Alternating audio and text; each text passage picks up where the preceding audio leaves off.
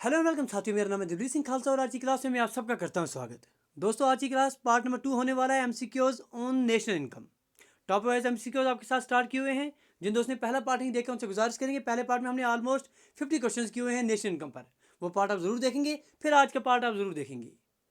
जो साथी चैनल पर नए जुड़ रहे हैं, जिन्हें अभी तक चैनल को सब्सक्राइब नहीं किया, उनसे गुजारिश करेंगे प्लीज़ चैनल को सब्सक्राइब कर दिए ताकि हर एक वीडियो की नोटिफिकेशन आप तक सबसे पहले पहुंच सके। तो चलिए सर, आज क्लास स्टार्ट करते हैं। पार्ट नंबर 2 क्वेश्चन नंबर 51 से स्टार्ट करेंगे। क्लास का पहला क्वेश्चन सीरीज का क्वेश्चन 51 पूछा जा रहा है।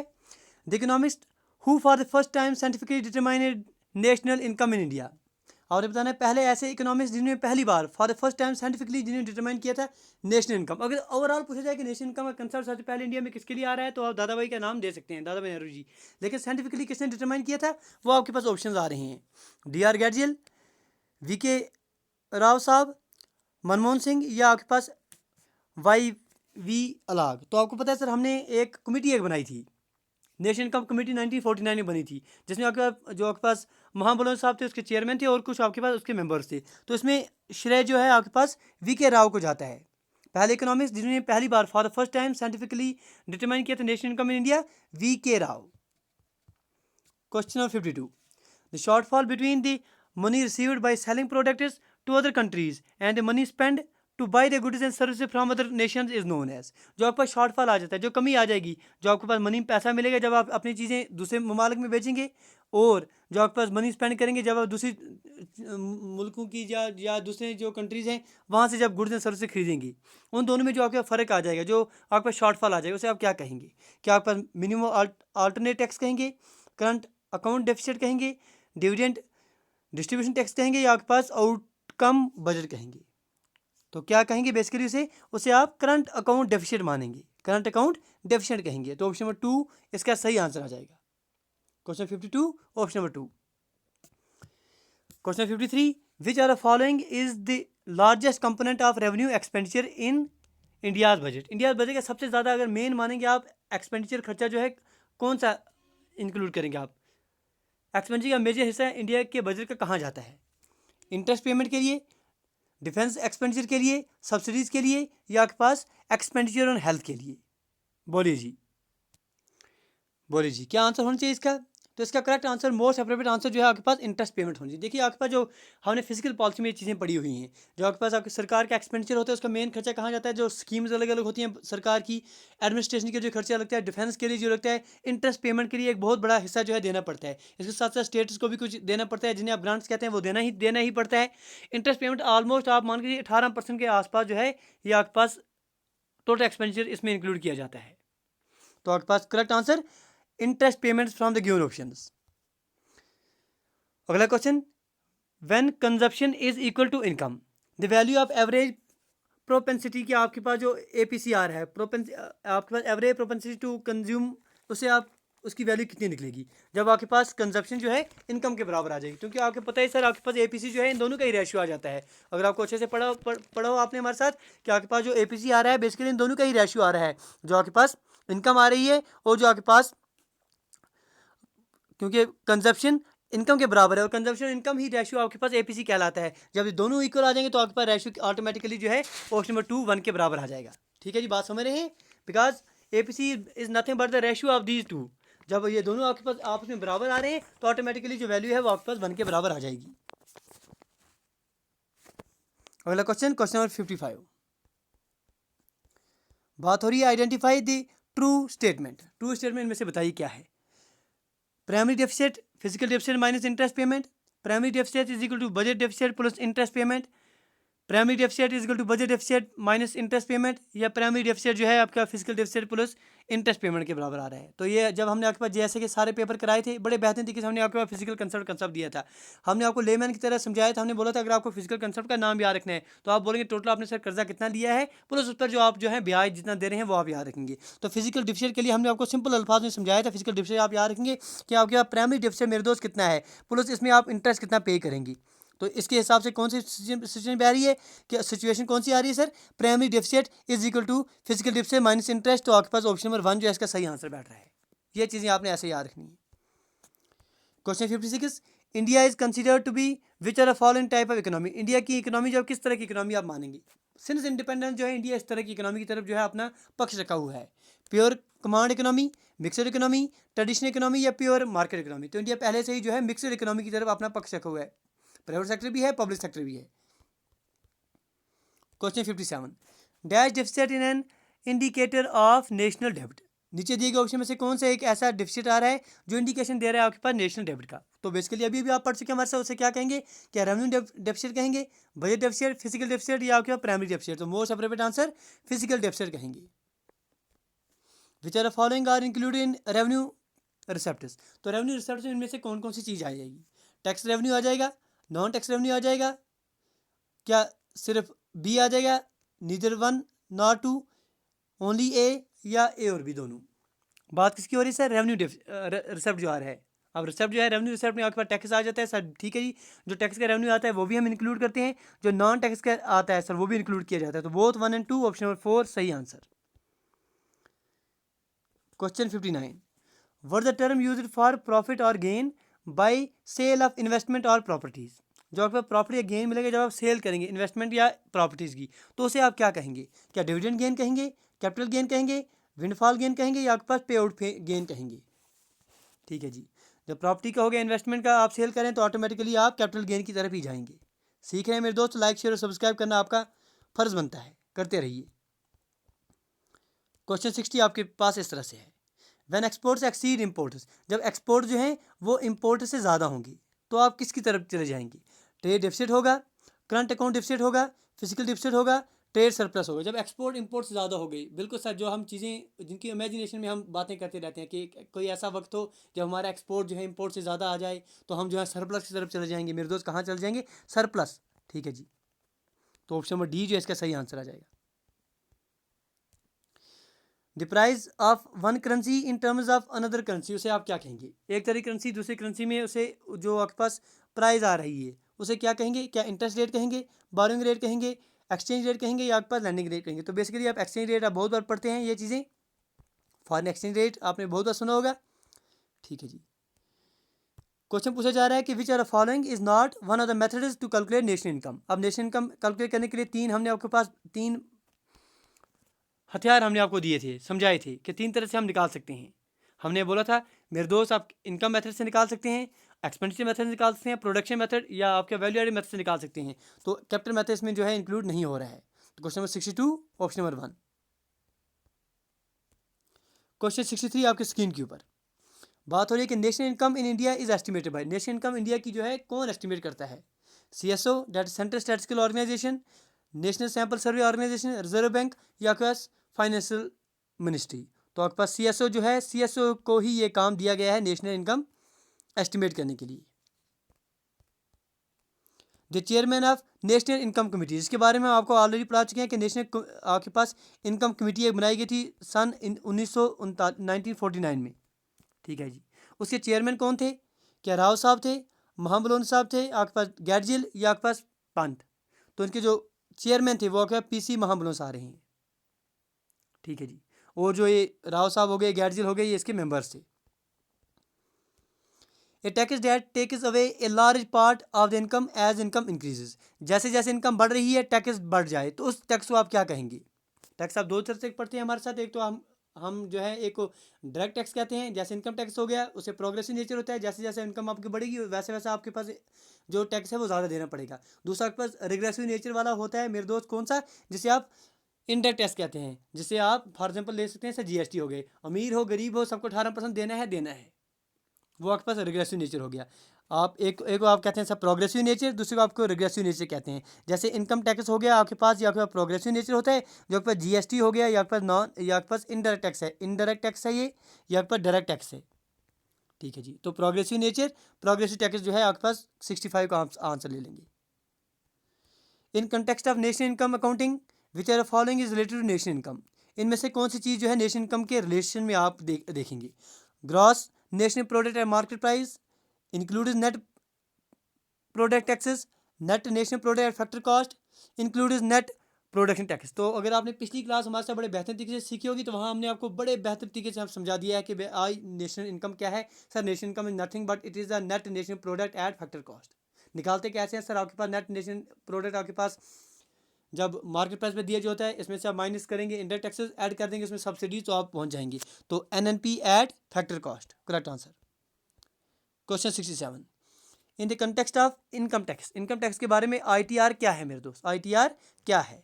इनकम टैक्स रिसीव्ड है, इनकम टैक्स रेवेन्यू आ रहा है, इनकम टैक्स रिटर्न्स या इनकम टैक्स रिसेप्टर्स? तो ITR क्या है? ITR बोले तो income tax returns. The concept of 5 year plan in the constitution of India is borrowed from, जो आपके पास 5 ईयर प्लान आ रहे हैं, ठीक है जी, लगातार आपने देखा है प्लानिंग कमीशन का माध्यम से दिए लाए गए थे। लास्ट वाला जो आपके पास 12 में आपने देखने को मिला था, उसके बाद आपके पास नीति आयोग का कंसेप्ट आ गया था। फिलहाल आप याद देखिए कि आपको बोला जा रहा है कि 5 ईयर प्लान हमने कहाँ से लिया था कॉन्स्टिट्यूशन में, क्योंकि हमारा जो कॉन्स्टिट्यूशन है उसमें बहुत बहुत चीज़ें जो है अलग अलग ममालिक से ली गई हैं। जैसे रशिया के बारे में बात करें तो रशिया से हमने सर ये 5 ईयर प्लान भी लिया हुआ है। हमने सर जो आपके पास फंडामेंटल ड्यूटीज़ हो गए ये भी हमने सर वहाँ से लिए हुआ है। तो correct answer option number 1 Russia. Question 69, consider the following statements about GDP deflator. किसी साथी को लग रहा हो सर कहीं पर क्लास थोड़ी फास्ट चल रही है तो बताते चलें, ये आपके पास सर रिवीजन बेसिक क्लासेस हो रही हैं आपके एग्जामिनेशन को मद्देनजर रखते हुए। आपके पास यूट्यूब में सर ऑप्शन आ रहा है, आप स्लो करके भी देख सकते हैं बड़े बेहतर तरीके से। Consider the following statements about GDP के बारे में ये कुछ स्टेटमेंट दिए गए हैं GDP डिफ्लेटर के बारे में, गौर फरमाइए। पहला, it's index number which measures inflation, क्या इन्फ्लेशन मेजर कर सकता है? दूसरी बात क्या बोली जा रही है कि it is use to get the nominal GDP from the real GDP। बोली कौन कौन सी बात इसमें सच है? GDP डिफ्लेटर हमने पढ़ा था आपके पास सर, रियल GDP है, नॉमिनल GDP है, दोनों का रेशियो वो आपके पास GDP डिफ्लेटर कहलाता है। तो क्या इन्फ्लेशन मेजर करेगा? बिल्कुल सर, अच्छी बात है। दूसरी बात जो है ये सर इस्तेमाल कर सकेंगे हम to get the nominal GDP from real GDP, अच्छी बात है। दोनों बातें जो हैं वो करेक्ट आ रही हैं। क्वेश्चन 70 आपके स्क्रीन के ऊपर बात हो रही है कि consider the following equation with reference to national income. National income बारे में कुछ आपके पास बातें बोली गई हैं। देखिए, नेशनल इनकम जो मार्केट प्राइस पर आ रही है, इसमें से अगर आप national income factor cost per निकाल देंगे तो आप कहाँ पर पहुँच जाएंगे? बोलिए जी, इनमें से क्या आ जाएगा? क्योंकि हमने क्या पढ़ा है सर, हमने पढ़ा है net national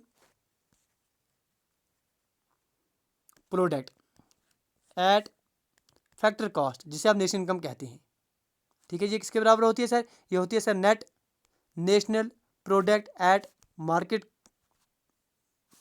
minus times net indirect taxes, ये आपने पढ़ा है। अब आपको बोला है क्वेश्चन में कि अगर आपके पास नेशनल इनकम जो मार्केट प्राइस में आ रही है इसमें से आप माइनस कर देंगे net national product factor cost per, तो आप कहाँ पर पहुँचेंगे सर? नेट इनडायरेक्ट टैक्सेस पर, मतलब टैक्सेस का ही आपके पास आंसर आ जाएगा। ये चीज़ आपने पढ़नी है। Question 71, read the following statement, national income is the monetary value of all the final goods and services produced. तो नेशनल इनकम के बारे में बोला जा रहा है कि ये आपके पास मॉनेटरी वैल्यू आ रही है all the final goods and services produced. दूसरी बात, depreciation is deducted from GNP to get NNP। अब बोलिए कौन कौन सी बात इसमें सच है? पहली बात तो लगती लगती आपको आ रही है कि ठीक है नेशनल इनकम जो है ये मॉनेटरी वैल्यू आ रही है all the final goods and services. दूसरी बात है sir depreciation is deducted from, अगर आपके पास GNP है, GNP माइनस आप जब डिप्रिसिएशन करते हैं तो आप NNP पर पहुंच जाते हैं। तो ये तो बात बिल्कुल सच है सर, बोथ 1 और 2 सही आंसर है। क्वेश्चन 72 आपके स्क्रीन के ऊपर, indicators of economic development. Economic development देखिए, डेवलपमेंट और जो आपके पास ग्रोथ है उसमें अंतर हमने आपको बड़े बेहतरीन तरीके से समझाया हुआ है। अभी फिलहाल आप बताएंगे कि इकोनॉमिक डेवलपमेंट में कौन कौन सी चीज़ें आप इंक्लूड करेंगे।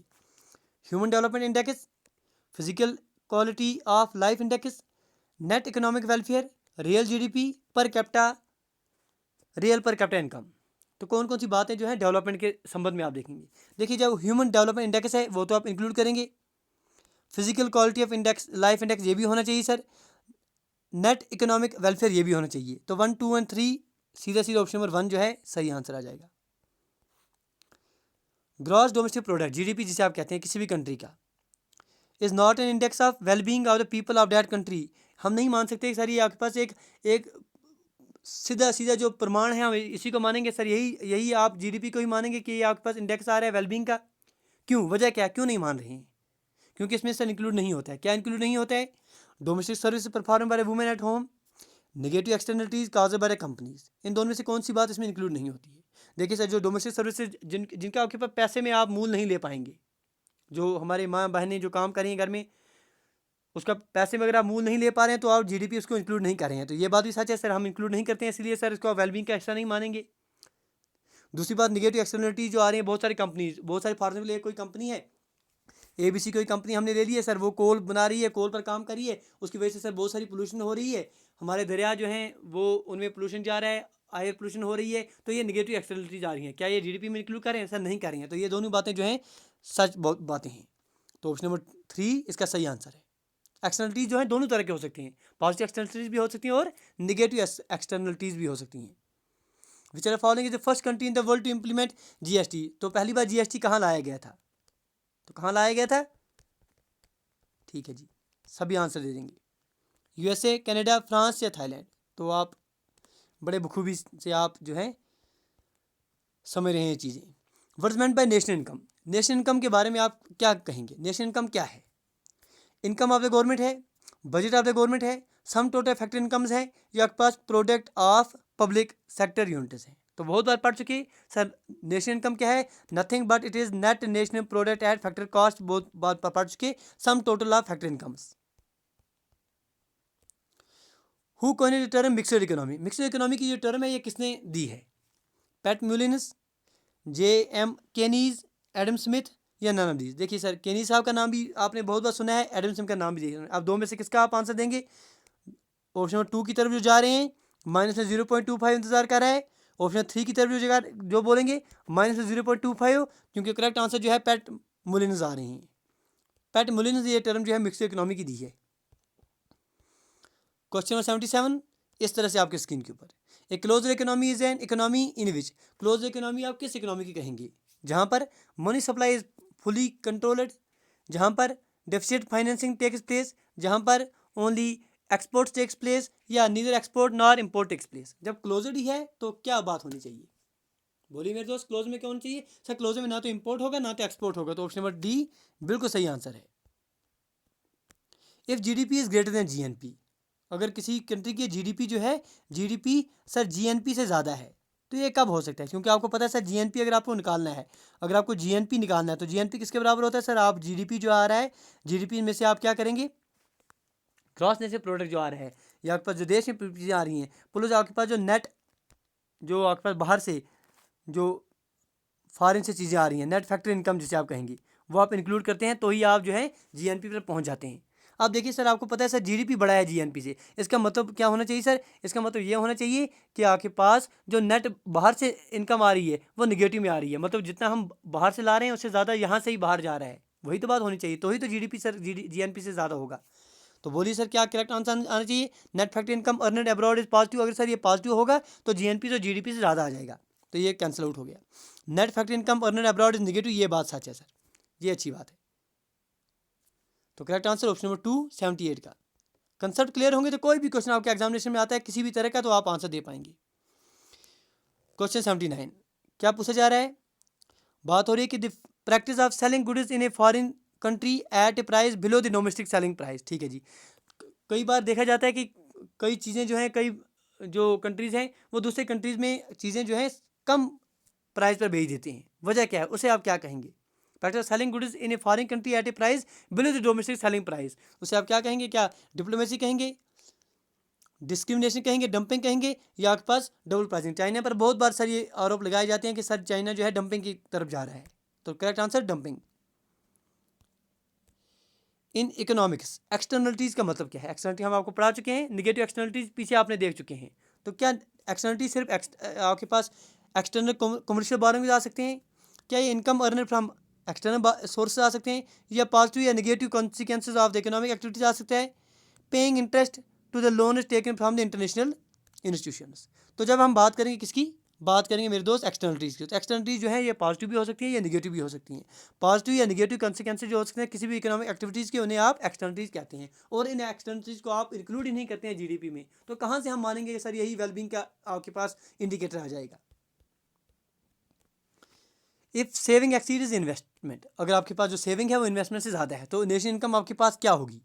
ठीक है जी, सेविंग तो सिंपल बात है, सेविंग ज़्यादा आ रही है इन्वेस्टमेंट से, तो क्या लेमैन क्या बोलेगा, क्या वो बोलेगा इसमें नेशनल इनकम कम हो जाएगी, फॉल हो जाएगी, फ्लक्चुएट हो जाएगी, रिमेन कांस्टेंट, राइज हो जाएगी? अगर आप सिंपल आम आदमी की भाषा में सोचेंगे ना, आप बोलेंगे सर सेविंग बढ़ रही है हमारी, इन्वेस्टमेंट कम है, सेविंग ज़्यादा है, तो सीधा सीधा लग रहा है कि राइज होना चाहिए सर नेशनल इनकम। लेकिन हमने जब भी आपको नेशनल इनकम के बारे में पढ़ाया, क्या कहीं पर आपके पास सेविंग का जिक्र आया है? नहीं सर, लेना देना ही नहीं है, तो उसके बाद लेना ही देना ही नहीं, तो remains constant. According to output method, तो आउटपुट मेथड के माध्यम से हमने, जब हम पीछे एग्रीकल्चर के बारे में पढ़े थे, वहाँ हमने ये चीज़ें आपको पढ़ा दी थी पिछली क्लास में। तो फिलहाल यहाँ बताइए कि जीडीपी कैलकुलेट किया जाता है आउटपुट मेथड से। कैसे? GDP at constant price minus tax plus subsidies, GDP at constant price plus subsidies, GDP at constant price minus taxes, GDP at constant price plus taxes minus subsidies. तो क्या आ जाएगा sir? GDP plus constant price minus net जो taxes आ जाते हैं, उसमें आपका minus tax आ जाएगा, plus subsidies आ जाएगा। ऑप्शन नंबर 1 बिल्कुल सही answer. Question number 83, national income ignore which are the following. National income इनमें से किस चीज़ को इग्नोर करता है, नज़रअंदाज करता है? Sale of film, salary of employees, export of IT sector, या सेल ऑफ लैंड? तो करेक्ट आंसर क्या लेंगे? मोस्ट अप्रोप्रिएट अगर आपको चुनना होगा तो option number 4 sale of land आप चुनेंगे। The author of the book Wealth of Nations. Wealth of Nations बहुत मशहूर किताब हुई थी, ठीक है जी। इनके ऑथर कौन है? मार्क्स आ रहे हैं, मैथ्यूज आ रहे हैं, एडम स्मिथ आ रहे हैं, या आपके पास लियोनार्डो रॉबिन्स? सारे के सारे क्वेश्चन जो हैं प्रीवियस ईयर्स क्वेश्चन हैं। यकीन मानिए सर बड़े बेहतरीन क्वेश्चन हैं, क्योंकि अलग अलग एग्जामिनेशन, एसएससी के सीजीएल के पेपर्स हो गए, एनटीपीसी के पेपर्स हो गए, आरआरबी के अलग अलग पेपर्स हो गए, जेके एसएसबी के पेपर्स हो गए, सबसे क्वेश्चन लिए हुए हैं। तो मोस्ट अप्रोप्रिएट आंसर का क्या है sir? Adam Smith. Adam Smith ने सर वेल्थ ऑफ नेशन दिया है। Question 85, an increase in the national income because of an increase in the price only is called. अगर आपके पास नेशनल इनकम बढ़ रही है, क्यों? Because of the increase in price, सिर्फ प्राइस की वजह से नेशनल इनकम बढ़ रही है, तो उसे आप क्या कहेंगे? Increase in real income, increase in national income at constant price, increase in nominal national income, या increase in national income at base year price? सीधा सीधी बात है, अगर आपके पास नेशनल इनकम बढ़ रही है क्योंकि प्राइस बढ़ रही है, इंक्रीज प्राइस हो रहा है, तो वो सीधा सीधा आपके पास जिक्र आ रहा है कि इंक्रीज हो रही है नेशनल इनकम का एट बेस ईयर प्राइसेस। तो ये इंपॉर्टेंट क्वेश्चन से जो आपके पास अलग अलग एग्जामिनेशन में पूछे गए हैं नेशनल इनकम के रिलेटेड। टॉपिक वाइज एमसीक्यूज आपके साथ ला रहे हैं। उम्मीद करेंगे इन क्लास के माध्यम से बड़े बेहतरीन तरीके से चीज़ें आप जो है रिवाइज कर रहे होंगे, क्योंकि इन क्लास का मकसद ही आपके पास एग्जामिनेशन के पहले पहले रिवीजन हो जाना चाहिए, वही मकसद है सर। उम्मीद करेंगे बेहतरीन तरीके की चीज़ें आप सीख रहे होंगे। गुजारिश करेंगे अगर आज की क्लास में आपने कुछ सीखा है तो प्लीज़ लाइक शेयर और सब्सक्राइब करना ना भूलें, क्योंकि आप दोस्तों की जो सपोर्ट है बस वही मोटिवेट करती है इस तरह के सेशन आपके साथ लाने के लिए। मिलते हैं अगली वीडियो में। Till then do take your best care. Thank you, thanks a lot for watching.